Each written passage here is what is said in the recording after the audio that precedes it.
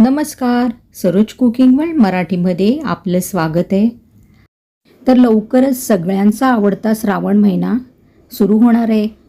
श्रावण महिन्यात उपवास, तापास, सणवार आणि त्या सणावाराला आपल्या प्रत्येकाच्या घरात वेगवेगळे पदार्थ बनवले जातात.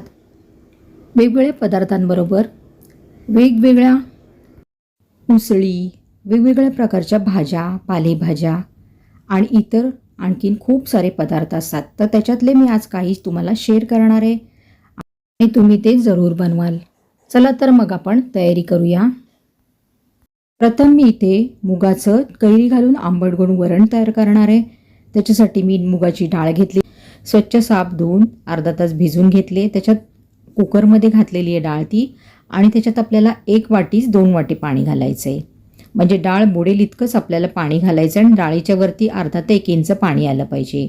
नंतर अगदी थोडी अर्धा चमच्यापेक्षा सुद्धा कमी हळद घालायची आहे, चवीनुसार मीठ घालायचं आहे आणि 2 चमचे त्याच्यात तेल घालायचं आहे. चांगलं ढवळून घ्यायचं आहे आणि नंतर आपल्याला त्याच्यात पुढचे पदार्थ घालायचे. तर इथे मी 2 तिखट मिरच्या घेतल्या, तुम्ही तुमच्या आवडीनुसार घालू शकता. 1 टोमॅटो घेतला आहे, त्याच्यामधल्या बिया काढून टाकल्या. टोमॅटो मोठा आहे. आणि इथे मी कैरी घेतली थोडी, त्याचे असे तुकडे करून घातले आहेत. हे सगळं आपल्याला ढवळून घ्यायचं आहे आणि कुकरला झाकण लावून त्याच्या 3 शिट्ट्या काढून घ्यायच्या आहेत. तर आता मी कुकर बंद केला आहे. आता आपण 3 शिट्ट्या काढून घेऊया. उपासात ना नेहमी त्याच प्रकारचे डाळ किंवा भाज्या असं असलं की आपल्याला कंटाळा येतो. म्हणून असं काहीतरी वेगवेगळं बनवायचं, म्हणजे उपास केल्यासारखं सुद्धा वाटत नाही आणि जेवायला खूप छान वाटतं. तर आपली डाळ शिजलेली आहे. आपण आता झाकण उघडलेलं आहे आणि आता जराशी घोटून किंवा ढवळून घेऊया. तर मी जास्त डाळ घोटवत नाही, कारण ती ऑलरेडी शिजलेली असते आणि नंतर उकळल्यावरती चांगली आणखीन मऊ होते. तर आता आपण ढवळून घेतली. आता त्याच्यात आपण पुन्हा अर्धा ग्लास पाणी घालणार आहोत. तुम्हाला किती जाड पातळ हवे त्याच्याप्रमाणे याच्यात पाणी घालायचं आहे. आता आपण फोडणीची तयारी करू. तर कढल्यामध्ये तेल घातलेलं आहे. तेल गरम झाल्यावर मी गॅस बंद केलेला आहे. अर्धा चमचा जिरे, अर्धा चमचा मोहरी घातलेली आहे. आता आपल्याला कढीपत्ता घालायचा आहे. आपण गॅस बंद केलेला आहे. तो थोड्या वेळाने आपण हिंग घातल्यावर चालू करायचं आहे. तर हिंग आपण इथे अर्धा चमचा घातलेला आहे. आता मी फोडणी चांगली खरपूस अशी करून घेतले आणि डाळीमध्ये घालून घेतले. तुम्हाला इथे पाणी वाढवायचं तर वाढवू शकता. इथे मी थोडा गूळ घातलेला आहे. कैरी घातल्यामुळे मी थोडा सुपारी एवढा गूळ घातला आणि कोथिंबीर घातले. डाळ आपल्याला चांगली उकळवून घ्यायची आहे. तर डाळ आपली चांगली उकळी आलेली डाळीला आता आपण ढवळून याच्यात कोथिंबीर आणि खोबरं घालूया. तर एवढी पातळ डाळ पुरेशी असते भातावर वगैरे घ्यायला. तुम्हाला अजून हवी असल्यास जाड करू शकता, म्हणजे पाणी घालायचं नाही. तर आता याच्यात मी ओलं खोबरं घालते आणि थोडी कोथिंबीर घालते. तर आपली डाळ आता चांगली झालेली आहे, उकळी फुटलेली आहे. आता आपण उतरून ठेवूया. हे आपलं कैरी घातलेलं मुगाचं आंबट वरण तयार आहे. आता आपण भाजीची तयारी करू. ते इथे भाजीत तुम्हाला लसूण घालायचं नाही आहे. आलं, हिरव्या मिरच्या, थोडं खोबरं, अर्धा चमचापेक्षा कमी हळद आणि अर्धा चमचा जिरे घेतलेले आहे. याचं आपल्याला वाटप करून घ्यायचं आहे. तुम्हाला हवं असल्यास लसूण चालत असल्यास याच्यात लसूण घालू शकता, पण आता इथे तुम्ही कांदासुद्धा वापरायचा नाही आहे जर तुम्ही कांदा लसूण खात नसाल तर. कढई गरम करून तेल घातलं आहे. अर्धा चमचा जिरे आणि अर्धा चमचा मोहरी, थोडासा हिंग घातला आहे आणि कढीपत्ता.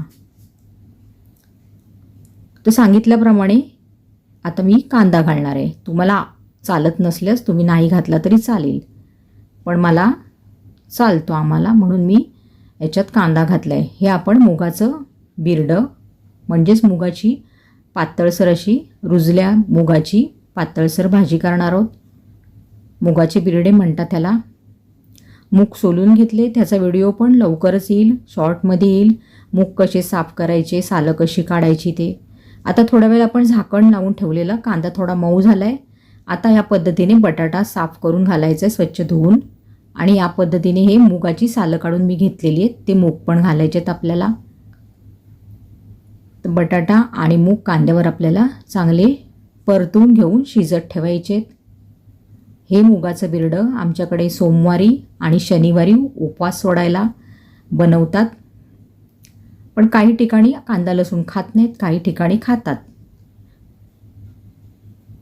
तरीही चांगलं ढवळून घेतलं आपण. आता ह्याच्यात काय करायचं आपल्याला, त्याच्यात आपल्याला गरम पाणी घालायचं आहे. अर्धा ग्लासपेक्षा जास्त मी इथे गरम पाणी घातलेलं आहे. याच्यात आपल्याला मूग आणि बटाटा चांगलं शिजवून घ्यायचं आहे, कारण आधी टोमॅटो वगैरे घातलं तर मूग कदाचित शिजणार नाहीत. आता थोडा वेळ झाकण लावून ठेवायचं आहे, 5-6 मिनटं. झाकणावर थोडं पाणी ठेवायचं आहे. त्या वाफेमुळे पण मूग आणि बटाटा शिजायला मदत होईल. तर आता झाकण काढून घेतले आपण आणि चांगलं ढवळून घेऊया. वरती पाणी ठेवल्यामुळे कुठेही करपलं जात नाही भाजी वगैरे. तर साधारण आपलं मूग असं शिजत आलेले आहेत. मूग लगेच शिजतात, जास्त वेळ लागत नाही. आता आपण एक टोमॅटो घातलेला आहे मोठा. टोमॅटो घालून चांगलं ढवळून घ्यायचं आहे. ही भाजी नुसती मिरचीवर आणि खोबरं घालून करतात.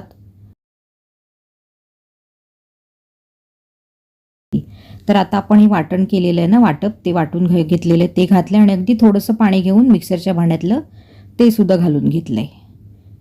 जास्त पातळ पण करायची नाही आणि जास्त सुकी पण करायची नाही. सुकी केली तर मग मूग एकदम दडदडीत लागतात. त्यामुळे मूग शिजण्यासाठी आपल्याला या पद्धतीने ही भाजी करायची आहे. वाटण घालून आपण चांगलं ढवळून घेतलं आहे.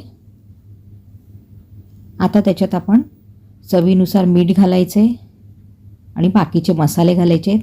तर इथे धणा जिरा पावडर घेतलं आहे 1 छोटा चमचा आणि गरम मसाला घेतला आहे.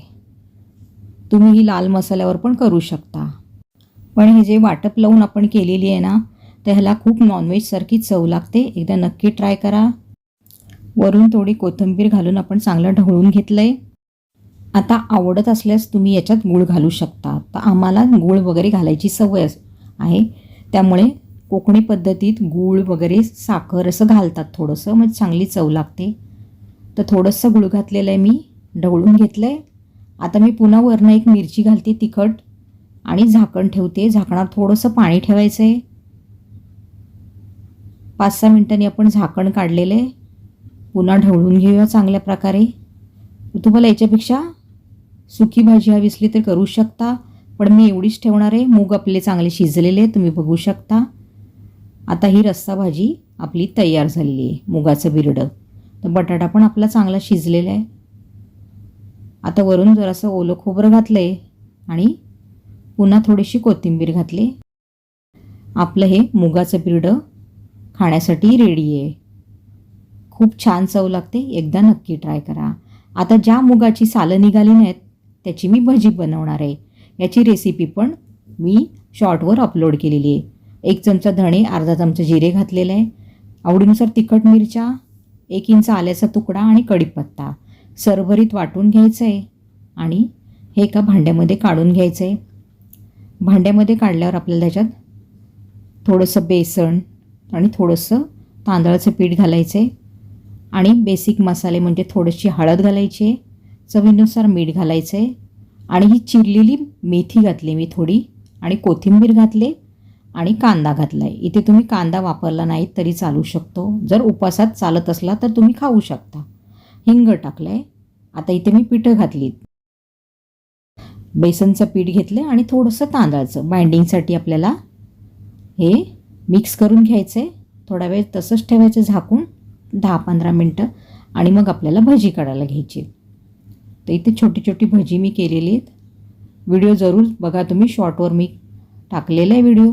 अशी छोटी छोटी भजी घालून घ्यायची. तेल जास्त गरम करायचं नाही, भजी एकदम लाल होऊन जातील आणि जळल्या जातील त्या भज्या. कारण ही भजी एकदम हलकी होते. कुठेही आपण ह्याच्यात सोडा वगैरे वापरलेला नाही आहे. अतिशय सुंदर लागते ही भजी आणि लहान मुलांना सुद्धा आवडेल, सगळ्यांनाच आवडेल. चव खूप छान लागते त्याची आणि मेथीचा स्वाद पण ह्याच्यात खूप छान येतो. तर आपली ही भजी आता रेडी झालेली आहे. सगळ्या भज्या मी अशाच पद्धतीने तळून घेणार आहे. तर आपली आता भजीसुद्धा तयार झालेली आहे. आता आपण इथे दूध तापत ठेवले. 2 वाटी मी छोट्या डाळीच्या आपली वाटी असते ना, तसे 2 वाटी मी दूध घेतलेले, ते गरम करायला ठेवले. त्याच्यात अगदी 3 चमचे आपल्याला फक्त साखर टाकायची आहे. तर आपण इथे काय करतोय, तर आपण इथे केळ्याचं शिकरण करतोय. हे आमच्याकडे पानामध्ये जरूर वाढलं जातं. नैवेद्याच्या पानामध्ये किंवा लहान मुलांना खायला कधी आपल्याला भूक लागली तर चपातीबरोबर हे आमच्याकडे केलं जातं. ते माझ्याकडे वेलची केळी आहेत, ती मी घेतलेली आहेत. ते दूध आपल्याला थंड करायला ठेवलेलं आहे आणि वेलची केळी घेतलेली आहे. तिथे मी 3 घेतली आहेत आणि पुन्हा त्याच्यात नंतर 3 घातलेली आहेत. व्हिडिओ मोठा होईल म्हणून मी शॉर्टकटमध्ये इथे दाखवलेलं आहे. तर ही अशी प्रेस करून घ्यायची. इथे कुठल्याही प्रकारे मी सुरीने वगैरे ही केळी कापून घेणार नाही, कारण शिकरण आपलं काळं पडू शकतं. आता ही रवी घेतलेली मी लाकडाची, त्यानेच अशी मी अगदी बारीक करून घेणार आहे केळी. लगेचच बारीक होतात कारण ही वेलची केळी आहेत आणि चवीला खूप छान लागतात. त्याच्यात आपण 1 चमचा अजून साजूक तूप घालणार आहोत. असल्यास घाला, नाही घातलं तरी चालेल. ही चांगली एकजीव करून घेतली आहेत केळी आपण आणि दूध थंड झाल्यावरच घालायचं आहे, कारण दूध फाटू शकतं. आता हे मिश्रण आपल्याला दूध थंड झाल्यावर त्याच्यात घालून घ्यायचं आहे. दूध थंड झालेलं आहे आपलं. आता आपण हे घालून घेऊया. तर इथे मला जरा शिकरण पातळ वाटलं म्हणून मी आणखीन 3 केळी नंतर घातलेली आहेत. खूप छान लागतं हे शिकरण. पुरीबरोबर चपातीबरोबर अतिशय सुंदर लागतं. आमच्याकडे हे आवर्जून बनवलं जातं आणि सगळ्यांना मोठ्यांपासून लहानांपर्यंत यांना खूप आवडतं. ते ही वेलची केळीच घ्यायची म्हणजे खूप छान लागतं. ते इथे मी आणखीन 3 केळी चुरगळून त्याच्यात घातलेली आहेत आणि इथे अगदी 2-3 बोंडं वेलचीची अशी क्रश करून घातलेली. तर आपलं हे केळ्याचं शिकरण खाण्यासाठी तयार आहे. तुम्ही पुरी चपातीबरोबर खाऊ शकता. अतिशय सुंदर लागतं. एकदा नक्की ट्राय करा. तर आपली ही व्हेज थाळी तयार आहे. श्रावणामध्ये आणखीन खूप साऱ्या वेगवेगळ्या पदार्थांची रेलचेल असते. ते लवकरच तुमच्या पुढे मी शेअर करणार आहे. तर तुम्ही नक्की ट्राय करा.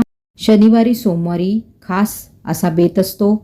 तर आजची थाळी तुम्हाला कशी वाटली? मुगाचं बिरडं, मुगाचं कैरी घातलेलं, आंबट गोड वरण, माझं बनवलेलं लिंबाचं लोणचं आहे, भजी आहे मुगाची आणि केळ्याचं शिकरण, चपाती, भात. तर नक्की ट्राय करा या रेसिपी. कशा वाटल्या ते नक्की सांगा.